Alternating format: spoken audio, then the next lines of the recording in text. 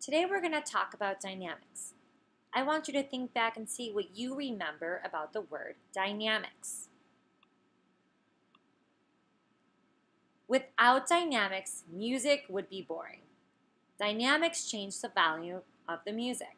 An example is loud and soft. We're first going to talk about forte and fortissimo. These are our loudest dynamics. In music, you will see them written as F and FF. When playing loud, it is important that musicians still play using their best sound or singing voice.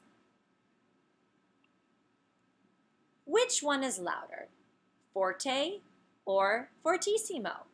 Remember that issimo means very. So that issimo on the end is going to mean very loud. So fortissimo would be our loudest dynamic. Next we have our soft dynamics, pianissimo and piano. In music, you will see them written as P and two Ps. Adding soft dynamics can make a piece much more exciting and interesting to listen to. Which dynamic is the softest? Remember that pianissimo has that issimo on the end again, and issimo means very. So pianissimo means very soft, making it the softer dynamic. Next we have mezzo forte and mezzo piano. These dynamics change the volume to moderately soft or moderately loud. In music, you will see them written as MP and MF. Mezzo forte is a little softer than forte. Mezzo piano is a little louder than piano. Which dynamic is softer? So we have mezzo forte and mezzo piano. So we're looking for the softer dynamic. So mezzo piano, that has the word piano in it. So that's going to be the softer dynamic of the two. Next we have the crescendo. So a crescendo is going to gradually get louder. Here's an example of what a crescendo would look like when we say it. So if you notice, the letters gradually get bigger. Can you say it with me? Crescendo. Good, let's try that one more time. Crescendo. Here's a decrescendo.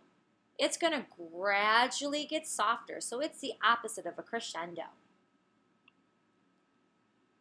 This is what a decrescendo would look like if we're saying it. The letters are big, and then they're gradually going to get smaller. Let's say a decrescendo. Decrescendo. Good, one more time. Decrescendo. You may see this word as well, diminuendo. Say that word once with me, diminuendo. This word, diminuendo, means the same as decrescendo. They're both going to mean that the music is gradually going to get softer. Why do you think composers add crescendos and decrescendos to the music? The reason why is because it makes the piece sound more interesting. When you add any type of dynamic markings, whether it's a crescendo or decrescendo, or any of our dynamic markings that we just talked about earlier, it's going to make the piece more exciting and fun to listen to. Here's a quick overview of all the dynamics that we've gone over today. We have our softest one, pianissimo, 2 Ps, then piano, 1 P, mezzo piano, MP, mezzo forte, MF, forte, F, and fortissimo, 2 Fs. Let's say the dynamics according to their volume. So we're going to whisper pianissimo. Here we go. Pianissimo.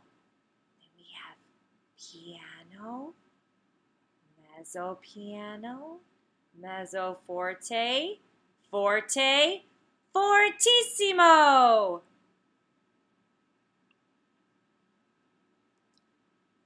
So now that we're done, I want you to think of 2 things you feel like you know pretty well about dynamics after this presentation. Go ahead and think of those 2 things right now.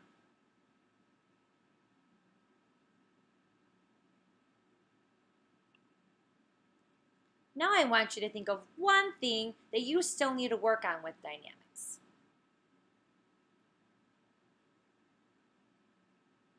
Go back and review that 1 thing on the website so you become a master at it. Great job.